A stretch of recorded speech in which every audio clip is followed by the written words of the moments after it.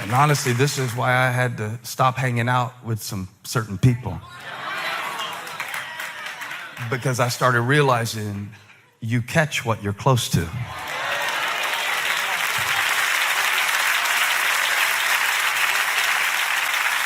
Now, if you need to take out your phone at this point in my sermon and do some surgery with that swipe left delete move, some of y'all don't need to lift your hands to have more faith. You need to swipe your thumb. Because it is your contacts. I caught something. I catch something every time I'm around them. Every time I scroll. I noticed this the other day. I get in a certain mood and I can't figure out, how was I so happy 3 minutes ago? And now, have you ever had it switch that quick? Yeah. So I started studying and I realized that before I caught a feeling, I caught a thought. Now, sometimes that thought is just me going through my feed and I will see something that won't register. Now, here's what I noticed. You don't feel it while you're scrolling. When I ate a whole bag of Oreos one Thanksgiving after I'd already eaten 3 meals, I didn't feel sick while I was eating them. My taste buds didn't tell me to stop. So I'm scrolling and I don't feel sick until after I've stopped. What I realized about myself, and maybe you're more spiritually mature than me and you can find a church where the pastor is whole, healthy, and doesn't have these issues. But for all of us who understand that sometimes you are mad about something that you saw 10 minutes ago on your phone because you were in everybody else's life but your own, trying to figure out, am I better than them? Are they better than me? And so what happened while I was scrolling, I saw them on vacation and I know they're in debt. So I caught a thought of judgment. Why should they be on vacation when I know they're in debt? And now I feel sick 10 minutes later because of the thought that I caught while I scrolled through somebody else's situation that has nothing to do with my responsibility. Y'all gonna help me with this, or am I gonna? So what happened to me was I caught a thought of offense and then I reaped an attitude of frustration. I got offended the other day because I saw God blessing somebody that he wasn't supposed to bless. Did you ever watch God just do something awesome for the wrong person? He didn't consult you. And so I found myself feeling insecure. The reason that I felt insecure in myself is because I caught a thought of offense about somebody else. Now here's what happens. You become a victim of your own judgment. When you judge others that way, you judge you that way. So when you catch a thought of judging others, don't be surprised when the judgment comes upon you. The less y'all say amen, the more I know I'm preaching. So I caught a thought. And I realized that the thought that I hold on to, the thought that like you can catch a wave, you could catch a football for the game-winning touchdown like Graham Furtick did yesterday, just this very yesterday.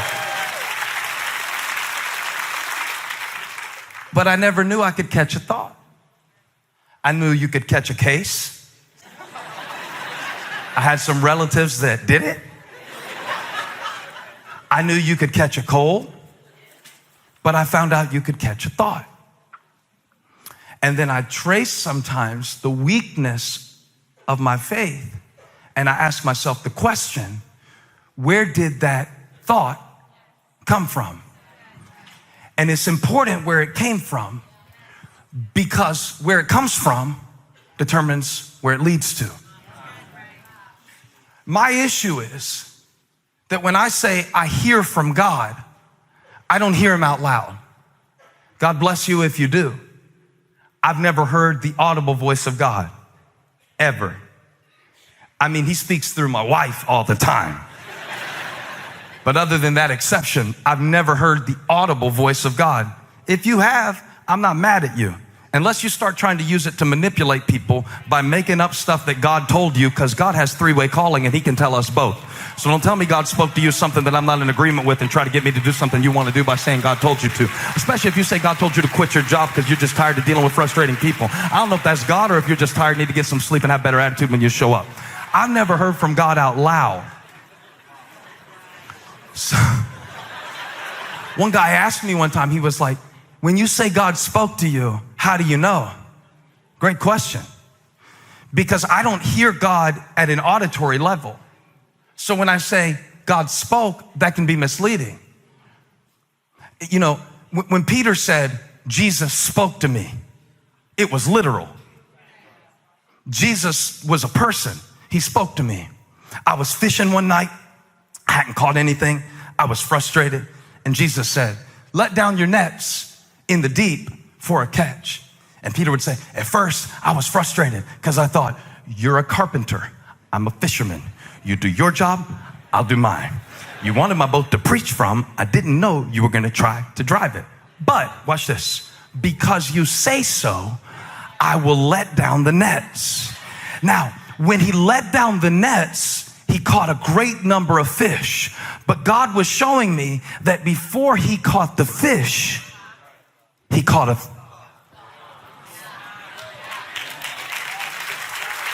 You like this, church? Before there was a seat, there was a thought. Now see, the issue with this is I don't hear God out loud like that. And so I connect with God not at an auditory or sensory level.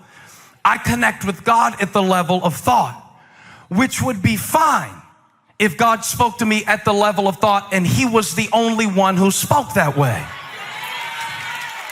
But I got this other joker. They call him the devil, but when I say the devil tempts me or the devil discourages me, I'm not talking about a guy in a Halloween costume that he got on clearance at Target, walking up with a pitchfork and a cape and some horns. I never saw the devil like that. I just put him off my shoulder. He's not on my shoulder. When he comes to me through a thought. So now I got God speaking to me through my thoughts. I've got the enemy trying to speak against what God spoke to me through my thoughts. I got two voices on the same device, and I'm caught between a thought. One is telling me your greatest years are ahead of you. One is telling me you've already done all the good things you're gonna do. You better ride it out because it won't be much longer. One is telling me go ahead and speak it and say it and do it and step into it and believe for it. And the other one is telling me, well, you better not go too far out there. You know, if you go too far out there, you'll be embarrassed. And after all, if you climb high, they can pull you down. And I'm caught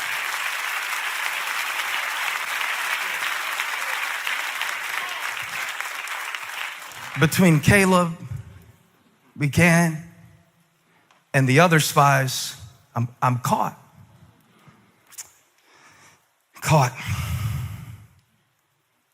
Got a thought. I got caught. I got caught by a thought. I don't know how it happened, but y'all, I got this thought that goes through my mind all the time that says it doesn't matter. Just all the time. I could be doing anything. And it'll be like, it's almost, the way the thought, you know that eye roll emoji that yeah. That'll be the face of it. But the thought behind it is like, you know, who cares? Doesn't matter. You ever had that thought catch you trying to do something? Raise your hand again if you've ever had that thought. Why'd y'all raise y'all's hands so much higher the second time I asked it?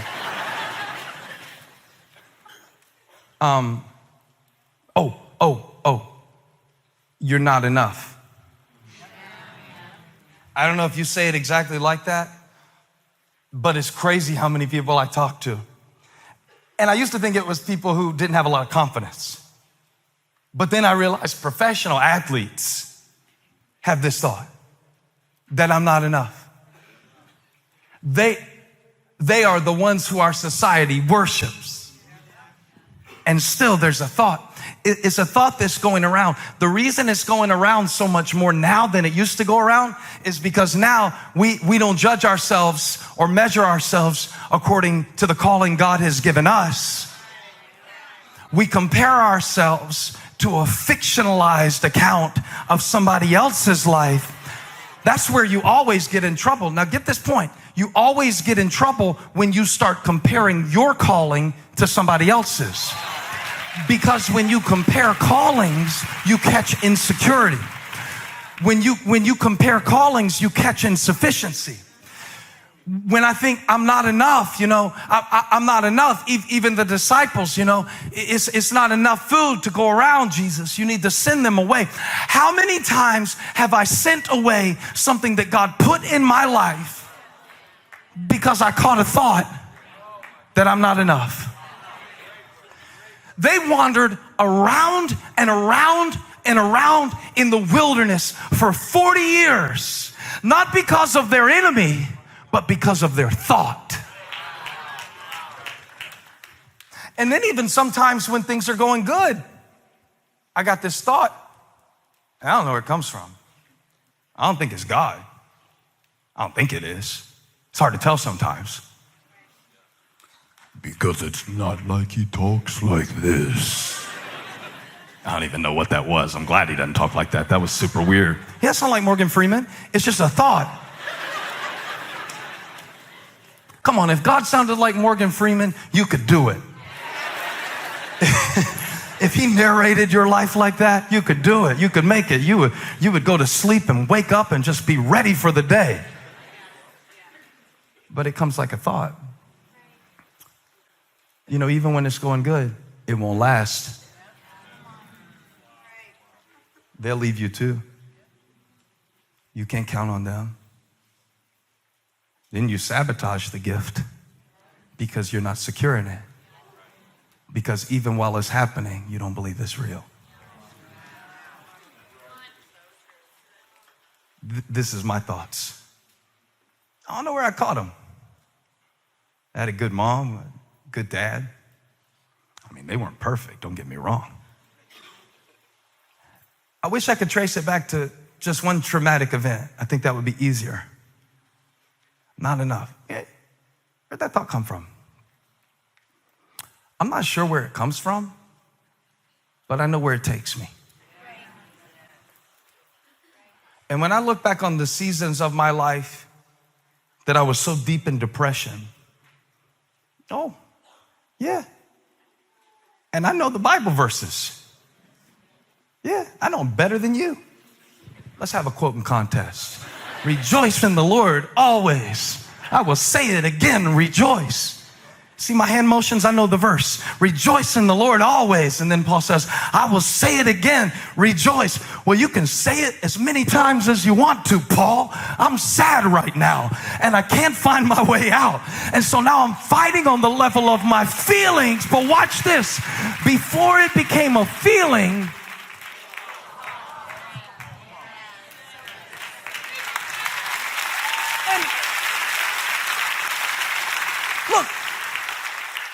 even Paul, it wasn't just like Moses was a bad leader. Even Paul had to fight against opposing voices and thought systems that undermined the essence of the grace of God in the gospel. Even in the churches that he started, even in the church at Corinth, he would write to that church. And what would happen to them was they would be led astray, or the word he likes to use in 2 Corinthians is deceived. He says, I fear that you're being deceived by the power of suggestion. He uses the example, he says, like Eve was deceived by the serpent. You remember that story? When God said, you can eat any of this. And then she caught a thought from a snake. She allowed something that was beneath her to speak to her. And she caught a thought.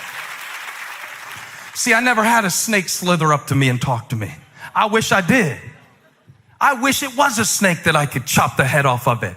It's a thought, and I have to live with this, and I have to deal with it. And the serpent said to Eve, did God really say? You see it? He introduces a doubt into the possibility and potential of faith, causing her to focus on what is not available rather than what is.